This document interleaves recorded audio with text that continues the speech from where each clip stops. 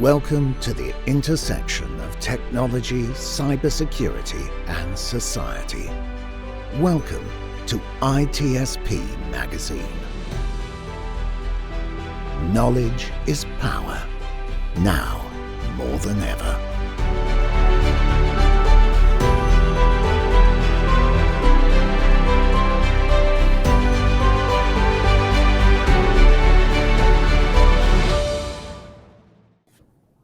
All right, everybody. Here we are. This is a Redefining Society podcast with a spin on a brand story. And it's with a good friend of mine, and brought another friend. And your friend is my friend, so everybody's welcome.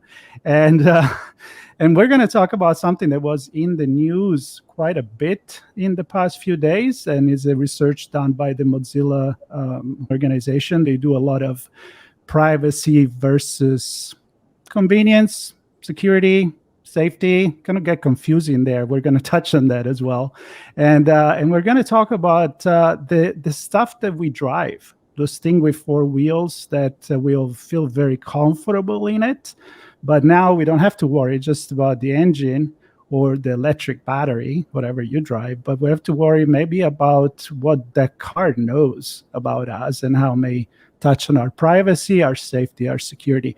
Again, enough talking. I want to introduce Chris and Ingrid. They're here with me. How are you guys doing? Doing good. It's always a pleasure to talk to you, Marco. Always a pleasure. And I brought a friend today. Yes. You want to introduce your friend and yourself? Yeah, I'll say hi to everyone. It's great to be here. Appreciate it. I'm Chris Pierson, the CEO and founder of BlackCloak. BlackCloak's digital executive protection, protecting corporate executives, key personnel, executive team, board members in their personal lives. Partner with the CISO, partner with the CSO. We protect the other 12 hours a day so cyber criminals don't hit them there and then get back into the company. And I actually, really lucky, brought along a 16-year-old friend of mine who's served in multiple different roles in privacy and banking and information assurance. So our chief experience officer, Ingrid Gliottone. Yes, pleasure to meet you all. And, as Chris mentioned, my team is responsible for onboarding our clients and helping to assist in that ongoing support, advice, and guidance, relevant to the topic that we're discussing today, for sure. Absolutely. It's going to be fun. Yeah. Lots to talk about. And you have a big responsibility. And I mean, we go way back ourselves. We're not going to date each other, but we have known each other. I've known about this company since before it was even a company, when it was an idea. And I always thought it was something that eventually we will have to put into consideration for the level of security that we need outside of the famous wall, the perimeters. Is there even a perimeter anymore, right? It's just like the castle walls. You got to get outside the castle walls. Back then it was the stagecoach or horse-drawn carriage, and today we're talking about getting outside the corporate walls. And just so happens, might have been your Tesla or your Lamborghini or your vehicle that we're talking about in terms of privacy and cybersecurity and how it all relates. So it's gonna be fun. Yeah. Why don't we start with that, and then we dig into this article in more detail, because it has some really impressive, if not scary, information in it. But let's start with that. I kind of throw it at the beginning, and I know, Ingrid, if you want to take that, or Chris, this sometimes confusion between the interpretation of what is safety, what is security, what is privacy. Is it just one bundle, or we need to look at it from different perspectives? Coming from, a very broad privacy space, I would say it's a combination of both. You really need to be complementing and bringing those together, both privacy and security, especially when it relates to even the data and how it's being shared and used by organizations. Yeah. And Chris, is that easy to explain, or people grasp it right away, or do you have problems when you try to define that? Yeah, I think that there's a real hard interplay here. A lot of times people will say, "Oh my gosh, I want to," get an example here. It's like, I don't want Facebook sucking up any more of my data. Don't want this. Don't want that. I'm not going to use it, but they're still using it, but they haven't actually gone through privacy settings. And so the amount of digital exhaust that they're producing is huge. It's enormous. They're literally just kind of sharing out so much data about them and their family and likes and dislikes and all the rest. And then they worry about the onward use of it, but they're actually the cause for that. And then separately, like different hat on, like, oh my gosh, it's like my private messages aren't my private messages anymore because somebody was able to gain control of my account. And it didn't have dual factor authentication on it. I didn't even know I could. I didn't even know I should. And it's one of those things where, well, you just lost access to your contacts, your private messages. You just lost access to, other things about you, but you're also leaving a bigger digital exhaust. And also your security's been violated in some form or fashion. And is it privacy? Is it cybersecurity? And the answer is, well, yes. It is.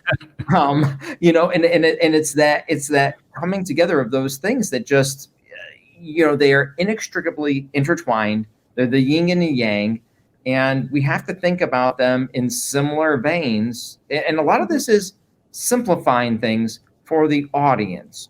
Privacy, cybersecurity, they're two different sides of the same coin. They really can work in harmony together, or they can work against you. But I mean, we see people struggling with these items, with these topics each and every day, each and every week, and it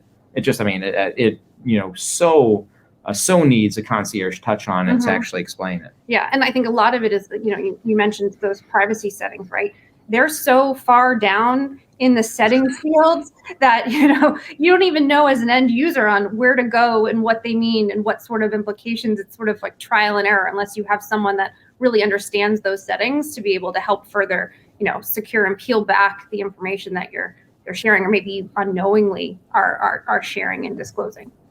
So there is this trick that I think all the time that could solve a lot of problem. We're talking about this before we start recording, like, opt-in, opt-out, right? You get all this gadget, and I don't know, the car is not really a gadget, but let's say it's part of that category. And you're like, yep, everything is on. Now, there are ways you can turn it off. And I would say from a privacy perspective, maybe as a European, in a way, like I may see things a little bit different. I would rather know that, hey, you could open some of these doors and windows and whatever you want to call it. It's up to you. But there is an economy behind this. So let's start talking about these articles. Like, first of all, why do companies do that and what they are actually doing? Because this is like 25 of the major manufacturers. So yeah, so I mean, again, yeah, I was about to say, the study is earth-shattering in terms of a few different things. First of all, and probably the biggest takeaway is that, like everyone said, maybe 10 years ago, 5 years ago, it's like you have a computer in your pocket, when they were talking about the revolution of it not being a cell phone, but literally a miniature digitized computer in terms of all. And it rings even more true to this day. Cars are computers on wheels. It is your house on a wheel, your family on a wheel. It's not just about you. It's about that whole familial unit. And the amount of data that is there, the amount of data that can be collected is being collected. I think for me, Ingrid, I mean, this study really shined a light on some of those practices.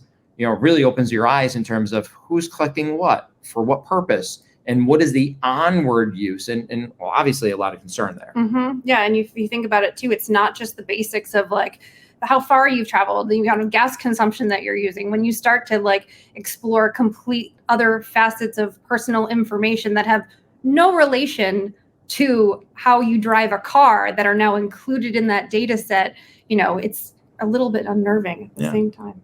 And I would say this is, there are some positive things out there that could be collected. Like, I'll give an example. Maybe it's 4x4. It's like a Jeep Wrangler for a vehicle. And, maybe the shocks and struts there want to see how many people actually go off-roading, and the amount of inches of depression of those shocks and struts will tell you how many of your clients go off-roading.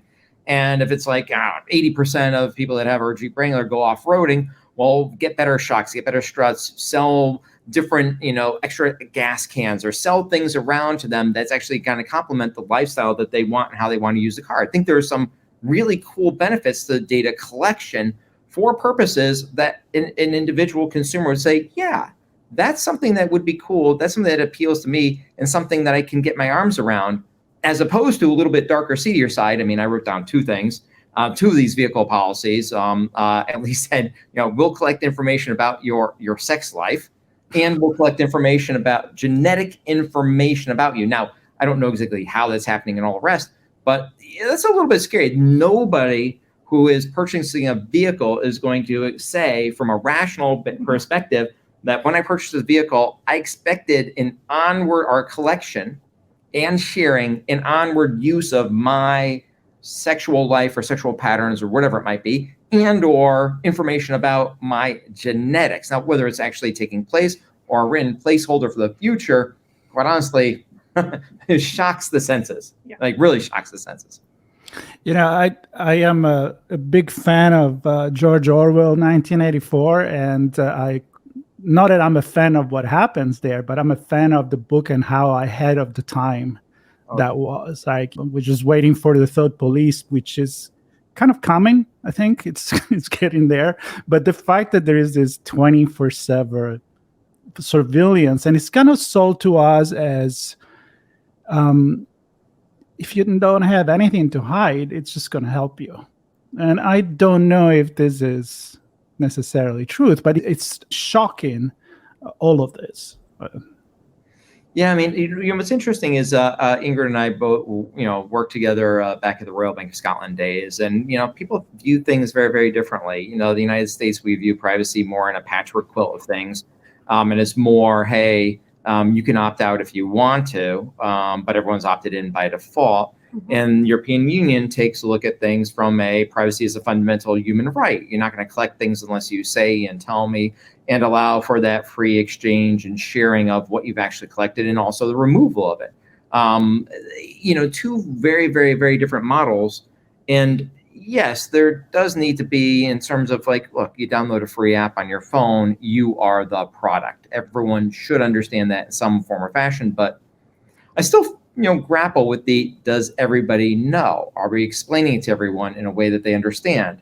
And are we giving people easy ways by which they can opt out? The problem I have with the car is it's not a free app. It's not a $1.99 app. It's not just a tool that's used once a month. I mean, this is one of the, next to a home, I think it's probably a correct statement, next to your home, this is probably the most significant financial purchase you make, 40, 50, 60, definitely whatever it is, but you're also captive in the vehicle. Mm-hmm. Like once you buy it, you don't have a choice. You can't just be like, oh, I don't like the privacy policy, so I'm just going to leave it in the garage and I'm going to go get a, 1967 Volkswagen that has no internet connectivity. It's, you want the advances, you want the airbags to go off, you want the sensors, you want all of those things that will improve your life and the lives of the loved ones in the vehicle. I think, it's mind-boggling. I know I get excited when I hear about new technology features and functionality that come out in the newer models of cars, and that's the exact reason why we want to buy them in the first place, right? Yeah. But I can't recall the last time I was in a car dealership and I had someone review the privacy policy with me before signing to say, this is what I'm entering into. Do you agree? Yeah. Right. I remember the first car when I was a kid. I would care if it's how fast it is, how large the tires are, and how much can handle, and if there's a good stereo system. We didn't have to worry about this kind of stuff, and now I feel like people still don't really worry about this. They're like, whatever. So can we talk about what are the consequences? So, okay, they know where you are. They may know who is in the car with you. I mean, they're doing incredible thing. Like, okay, maybe the car doesn't start if you are drunk, if you're sleepy. So again, seems like they give you a lot, but all of that, somebody takes it, resell it, maybe to third parties. And some clear example of how does impact your security as an executive. I mean, you have a car that costs hundreds of thousands or close to that. And then all of a sudden that could be the way into your life. Yeah. No, absolutely. I think an interesting thing, let me tackle the they. It's so interesting who the they is.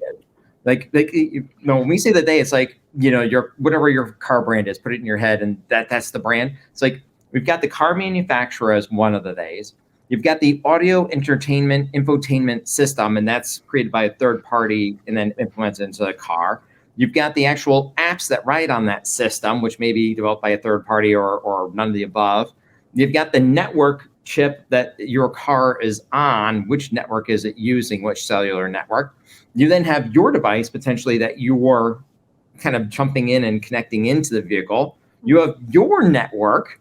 You can actually have two networks that are sucking up the data just from being in the car. And you got your apps, and then you have all the associated third parties that are coming in. That the they is like at least 8 people is what you're talking about. At least 8 people. And that's scary because, well, who's the they? Who's the policy? Who's the this? Is there a policy for each one of those things? And the answer is yes, there is, and there are. And I don't know, but I mean, there's amazing amount of good things coming out of this. Crash detection, rapid deceleration, improvement of airbags and deployment, improvement of what you need to do in terms of side airbag versus front, and all the rest of the stuff, changing sensors, road drivability, and all the rest. There's probably a lot of non-personally identifiable information, aggregate level information that holistically can say, are we driving better? Are cars safer? What are the roadways like? And can be shared with, in the aggregate and anonymously, to improve society. But then, Ingrid, I mean, woe is me. We got a lot of, and especially from this report, we've got a lot of negative information, a lot of negative things coming out of this. Yeah, when you think about as part of that report, like 84% of the companies, were found sharing the data, right? And 76% of them were even selling that data, with the blink of an eye. And then even consider over 50% were disclosing information to government agencies. And, the language used with that was, informal or formal related, right? Like, and so you don't have a choice in the matter when this is happening. And obviously they're doing it for, a lot of it is monetary reasons, right? Like they're sharing data and selling it specifically to either for future upsells or, add-ons to accessories for the car, or maybe for a future vehicle later on down the road, right? They're collecting it for that reason. Well, it's Marco, do you remember it was, way back when it was software was being sold and was like, well, hey, we'll sell you the software, and the software is, $10,000 to use the software. And it's just the permanent lifecycle license, and you buy it and you're done. And then, someone was like, well, let's actually have this be the recurring revenue model. It's like, well, it's not going to cost you $10,000. It'll cost you $5,000 or $7,000, but it costs you $7,000 each and every year. And you're like, huh? Wait, what am I doing here? And a lot of that is the same thing as to how can vehicle, I don't want to say necessarily manufacturers, but the ecosystem, how can you go ahead and mine that one-time purchase, which may last, I don't know what the average is for a vehicle, may last 10 years, 7 years, whatever it is. How can you go ahead and make continual streams of revenue from something which is a one-time purchase, and maybe it's in the adult life of someone that's only 5 vehicle purchases? How can you continually find ways to monetize that? And I think this is where the privacy policies and how they're written and what they're trying to do comes into play in terms of going a little aggressive, a little overly broad in terms of what types of things we want to do. And once again, we're the captive product. We're the captive subject, so to speak. And people aren't opting out. They don't know to opt out. And in many cases, I forget, Ingrid, what the one from Tesla said, but it was something of a, if you decide to turn off these different features, it's like your vehicle might not work. Yeah, you won't get over the air updates. There will be a whole bunch of essentially inoperability. So, okay, I purchased this great vehicle and then I can't use it because I don't want to share my information. And something to add, you mentioned just purchases of cars, but think about all of the people that end up leasing vehicles. Oh my gosh. Yeah. Right? Like that's even more recurring, that this data is being mined, I think, especially for those future, leasers as a result. No, I absolutely think so. Well, that's a great point, and I was getting there when Chris, when you were talking about, I'm envisioning the box of the software that you go buy it, and then next year there is a new release, but it was still like in the wall, it was still in your computer, in your office, in the box, in the floppy disk, wherever it was, right? Now it's connected, so you want that download. Oh, we just found the bag. The phone is getting a little too hot, but don't worry, in a week we're going to fix it because it's just a software update. And the car many are doing just this. And there's the fact that, many people don't want to own a car. I mean, I was reading, people don't want to own anything anymore. Before it used to be like, oh my God, I need to have, as you said, a house and a car. That's kind of like, I'm good, right? Now it's like, why do I want to have the car? And I don't even want to think when we ride into self-driving cars where for sure they know who I am and for sure they know where I'm going. So I don't know. Maybe we leave this for another. I want that new flying car, the Jetson. I'm not sure people. I'm still waiting for the Jetson. I'm waiting for one of those. I want to check those. Can we talk about the security, the cybersecurity effect of this? Meaning not just cyber, but security in general. Like I know that you guys do all this. You help all the executive to be safe at home and not when they're not in the company walls. Now, the consequence for this is that, you may know when you're not home. You may know when the car is parked at the airport. I mean, if somebody hacking the car, they got all that information, most of it. They probably have it, and I don't think we want that.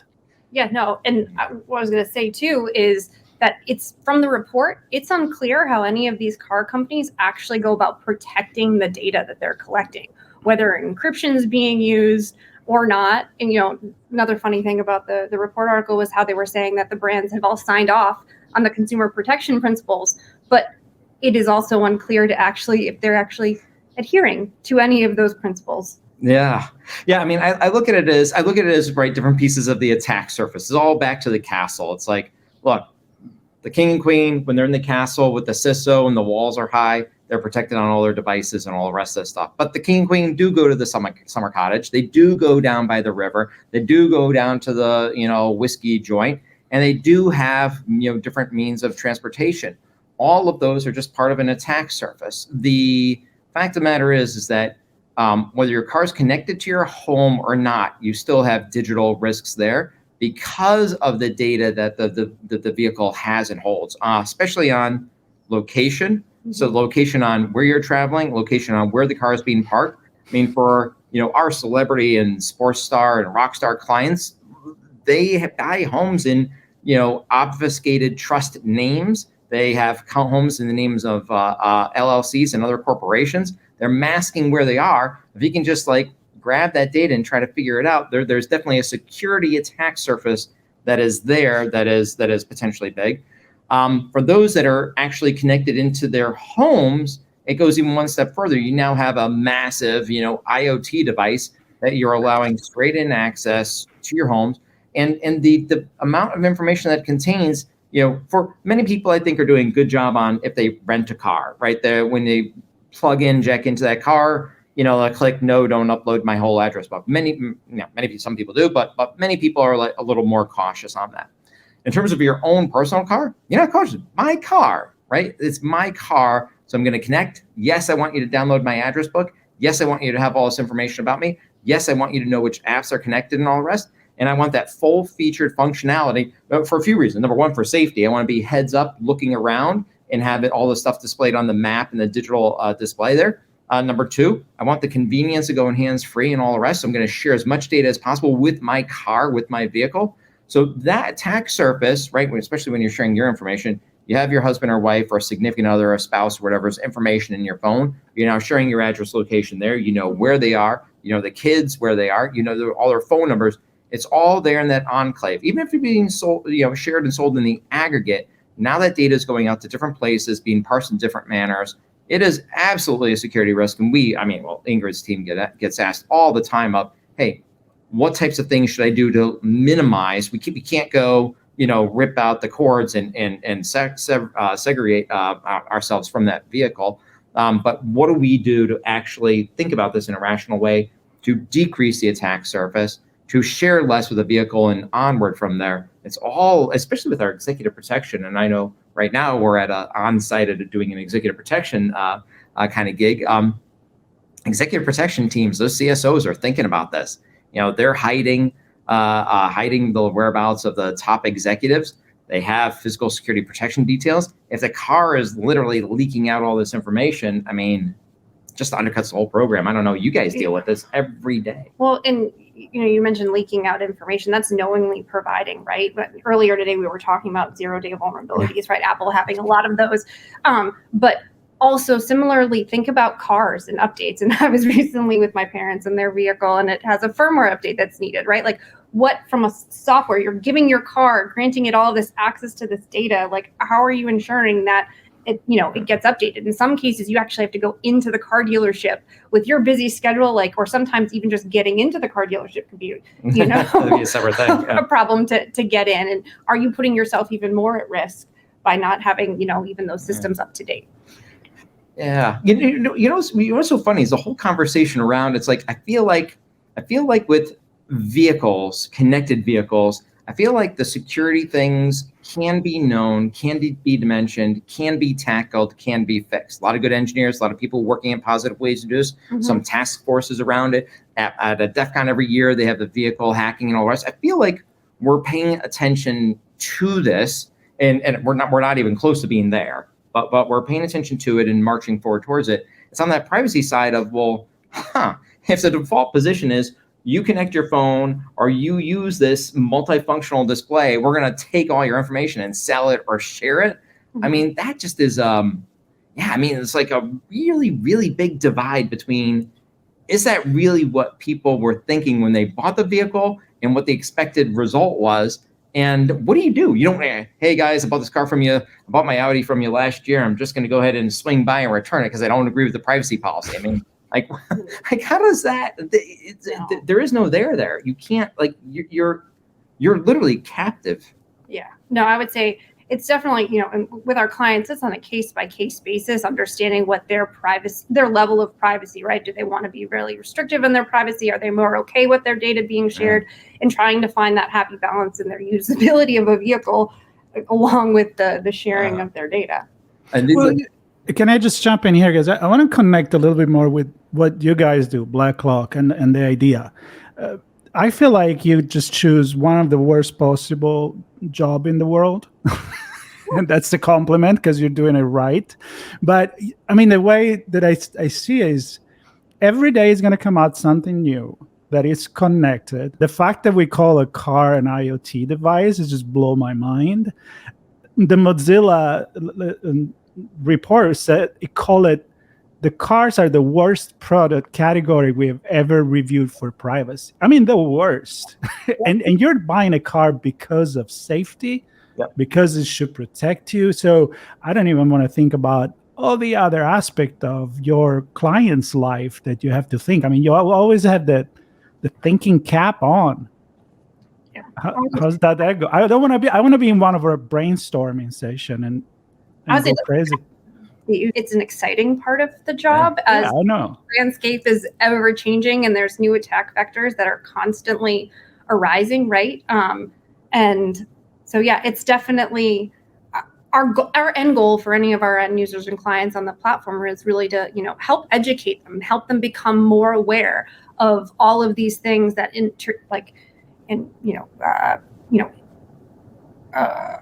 I don't know why I'm thinking about this. The intricacies of them. The intricacies and just how they impact their own personal privacy and security as a result of it. Yeah, I think it's like what is so exciting about BlackCloak is that it will never ever be a done product. It will never ever be a done platform. And what I think excites our entire team, everyone at the team, is that it's always going to remain in motion. There is no destination to when we are done or how we are done. And that is just so amazingly cool. It's like right now, actually, we're dealing with internet connected refrigerators, stovetops, washing machines, dryers. What's the impact to the house? What does it do? How does it, these are all exciting things where people are coming and having to rebuy, different brand things that they haven't bought in 5 years, 10 years, and they're totally different. And our team has to think about that attack surface, how to give appropriate guidance, how not to neuter the device, right? You want those benefits. You want to know, hey, on your phone, the clothes really, you need to check on them. They're going to shrink. All your new shirts are shrinking. Get over there to go turn it off or whatever. There's a lot of good positive benefits to this. I think that, to kind of summarize this, the people that we watch over and protect, the people whose digital lives are our mission, they're always going to be attacked. they're always going to be targeted. And the list of ways to actually go ahead and target them is becoming endless, and it just keeps on going and keeps on going. And I love waking up every day thinking about those. I know our team loves waking up every day thinking about how can we solve this? How can we solve what's coming out for the holidays? How can we get ahead of that? That's what really keeps everyone fresh. Yeah, and everything that you alluded to are benefits and enhancements to technology, right? It goes back to the reason I want to buy a new car, because the new technology. So, and it's all used for good, right? But anything used for good can be, also used for bad. So that's where the team also at BlackCloak is able to kind of put that hat on and as that bad actor and kind of think about all the ways to defend against it, and then relay that to our clients.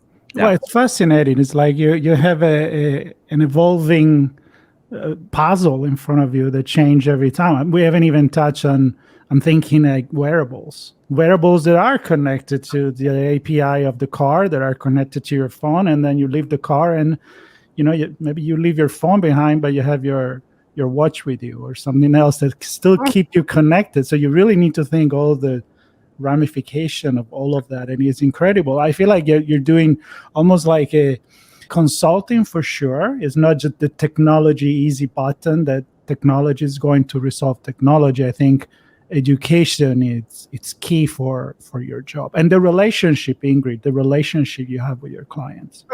Yeah, it's a big part of who we are and wanting to establish and deepen those relationships with our clients, because cybersecurity and privacy is a very convoluted, messy topic, and for people that aren't familiar with it, it's the unknown, right? And they're not quite sure what questions to ask. And so, being able to come to the team at BlackCloak and ask those questions for not fear of asking the question in the first place, right? And, having it also tailored to their specific use case and needs, I think also sets us, apart. Yeah. So to end this conversation, we said you can't really unplug the car. You still need to use it. So where do you kind of find a happy middle there? What would be a couple of advice from you for handling this car situation? I think a few things. Number one, figure out where your car, where the infotainment system, where it is in terms of privacy of sharing, oversharing, and all the options therein. Just assess it. Figure it out for yourself in terms of where that actually stands. Second, actually make some better decisions on your vehicle in terms of what information you want it to have and hold, and what you want to share, and what you can live with and without. Everyone needs the roving map. You need the crash detection. There's some things that you just absolutely need there. And also think about how that impacts your device, usually your cell phone when you plug it into the vehicle, and also similarly, what your privacy footprint is there. If you do those things and start having a real conversation about it, you can make some better choices. I do feel like there's a little bit of that captive audience in terms of you can't just return the car, you can't just stop driving it, all the rest. And I don't like necessarily that power imbalance. I think there's going to have to be some things here from a governance perspective. There might have to be some legislation. There might have to be some new rules introduced. There might have to be some hard questions that are asked of different vehicle manufacturers of what exactly does, right, the sex life, collecting data on it, or genetic information have to do with providing a more enjoyable or safer vehicle experience. And shouldn't we egress those things out? This should be a relationship, and a relationship means a give and take.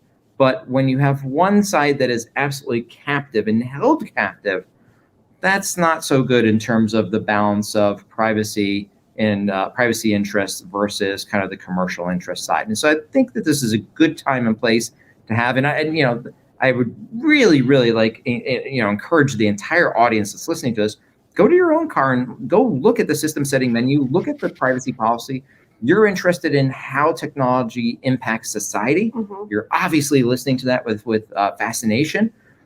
Become vocal about it, become informed about it. And I will, separately, maybe advice and guidance for our CSOs or CISOs out there. So yeah, just a couple other things to add on is, in addition to the infotainment system itself, I'd say consider if your car has its own personal app, or other apps that you are connecting in and integrating with your car vehicle, and the data sharing that's going on from that perspective.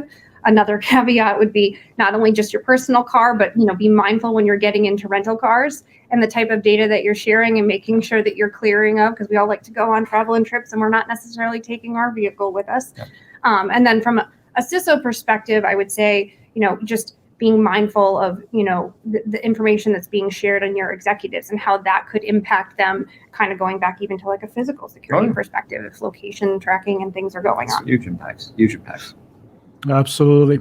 Well, the car is a big factor. And I think a lot of people there be like thinking, I had no idea. I really like my car and now I'm afraid of it. But don't be afraid. Just be educated. Educate yourself. We can't stop technology. And I think maybe one day we'll talk about what AI has to do with all of this, but that's a conversation for another time. Chris, always a pleasure to hang out with you. Ingrid, a pleasure to see you again. And thank you for taking the time. I'm sure our audience will have more questions than answers, but that's good because that makes them think. All the information to get in touch with you guys with BlackCloak.io will be on the notes on everywhere where we post on social media. So stay in touch, connect, and really thank you again for being part of this important conversation. Thanks, Marco. Appreciate it. Thank you so much. All right. Take care, everybody. Bye. We hope you enjoyed this conversation. If you learned something new and this story made you think, then share ITSP Magazine with your friends, family, and colleagues. If you represent a company and wish to associate your brand with our conversations, sponsor one or more of our columns. We hope you will come back for more stories and follow us on our journey. You can always find us at the intersection of technology, cybersecurity, and society.